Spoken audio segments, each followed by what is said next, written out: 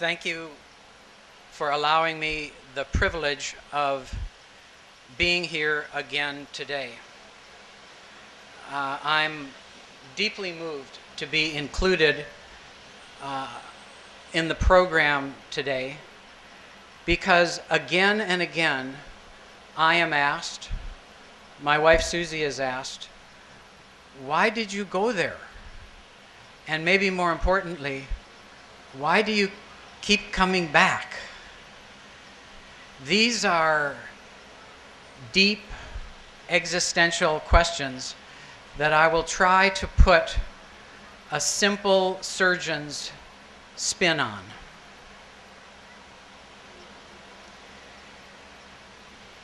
The first time that Susie and I came to the Aravind Eye Hospital was in 1983. At that time, a cell was a small cubicle in a jail where they put lawbreakers. It was not a telephone that you slipped in your pocket. In fact, to make a telephone call from India to the States in 1983 required talking to an international operator, making an appointment to get an international line, and ensuring that the lines that connected Madurai to San Francisco were open. It was a time when the elders of the Aravind Eye Hospital had sleek black hair and very trim bodies. It was a time when I had hair. It was a time when the young people of today who are taking over the leadership of the Aravind Eye Care Center were either in diapers, school children's clothes, or at the very beginning of their medical education. It was also a time where the surgeons at Aravind did 20 times more surgeries to international standards than the average ophthalmic surgeon in India. What did we experience on that first visit?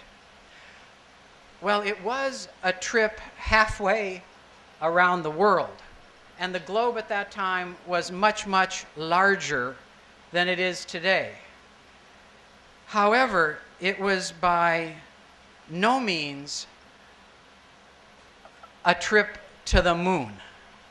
In fact, however, astronauts had walked on the moon, and while this wasn't a trip to the moon, the impact that the first visit to Dr. Venkataswamy and the Aravind Eye Hospital and the Aravind family had on us was as impactful as a trip to the moon, and maybe as unbelievable as the possibility of a trip to the moon.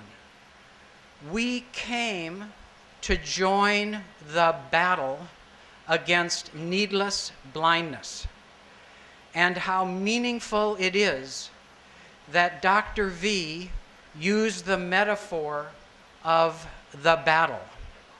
For like Arjuna on the battlefield, the battle was not literally and physically fought only externally. The battle against needless blindness was also fought internally.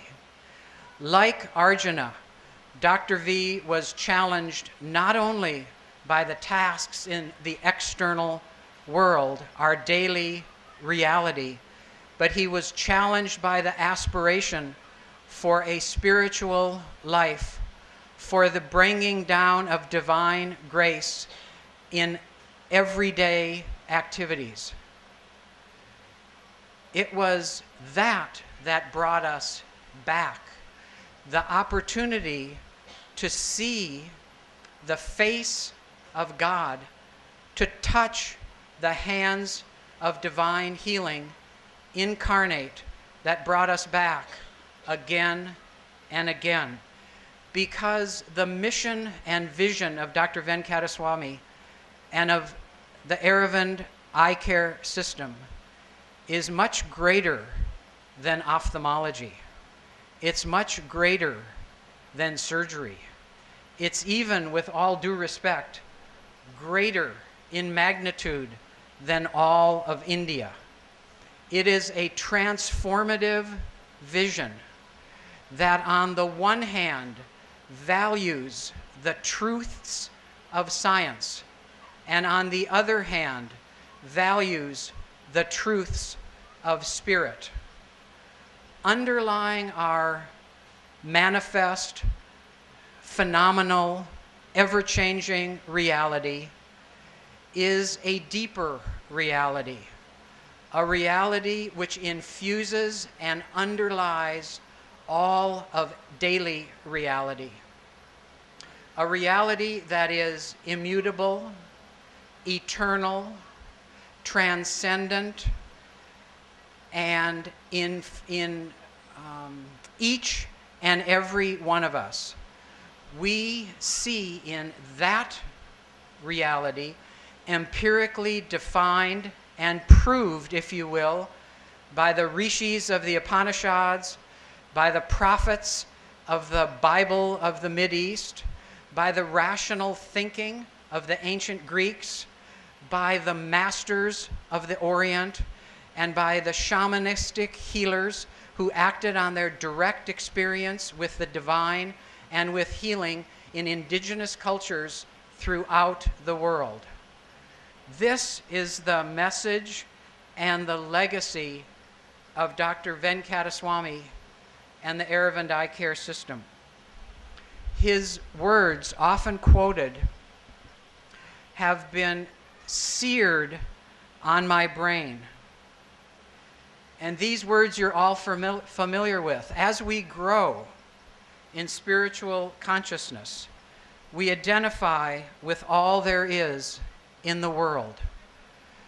Those words I have repeated, I have read, I have meditated on, I have discussed, because in them is the connectivity, the unity consciousness that brings us all together in ways that, in fact, we are healing ourselves, and there can be no exploitation. But Dr. V didn't say, if we grow. He said, as we grow. He didn't say, as you grow, or as they grow. He said, as we grow. He didn't say intellectual consciousness. He didn't say physical. He didn't say emotional.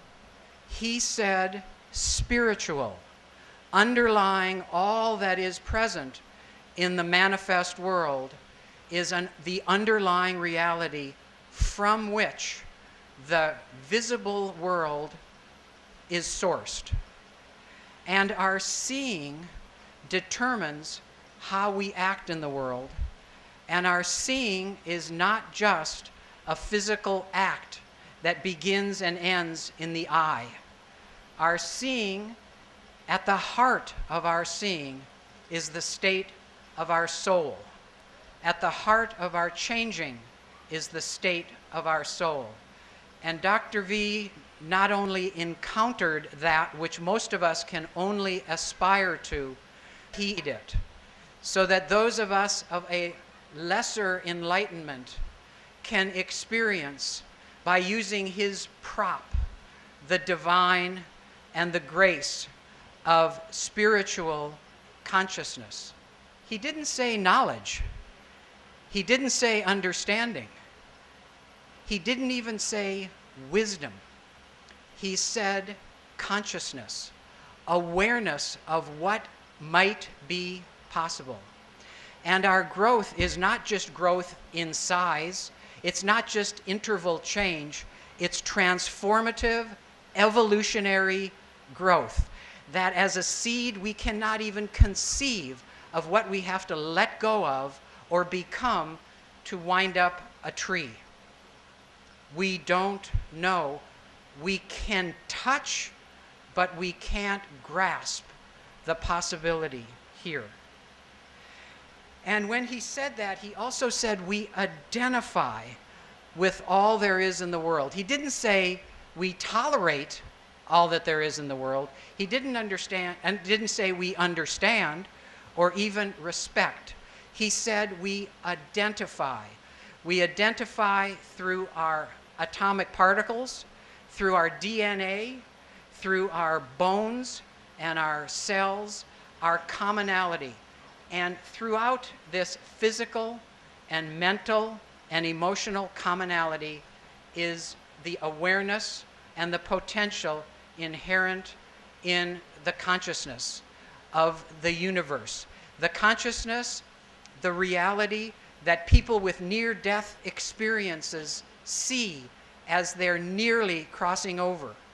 The field of possibility and energy that the astronauts returning from the depths of the darkness of outer space experienced when they saw the blue-green speck in the distance that represented our Earth and realized the magnitude of the connection that we truly are star stuff made of the cosmos, no smaller, no easier to understand than the universe. When we identify with all there is in the world, there can be nothing but healing. And if we act on our spiritual appreciation and aspiration and awareness, we cannot act wrongly.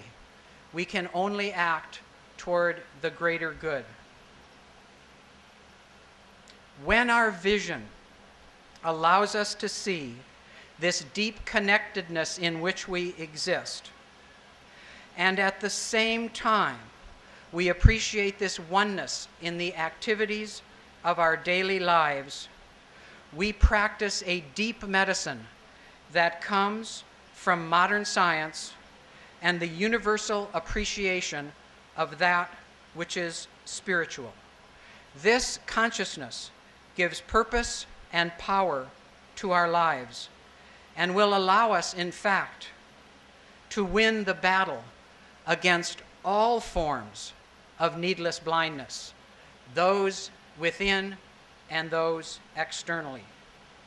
May we embrace, in the presence of Dr. V, of Gandhi, of Sri Aurobindo, and the Mother, the vision of Dr. V and the Aravind family and system, and pray for the success of its purpose and the full manifestation of its potential.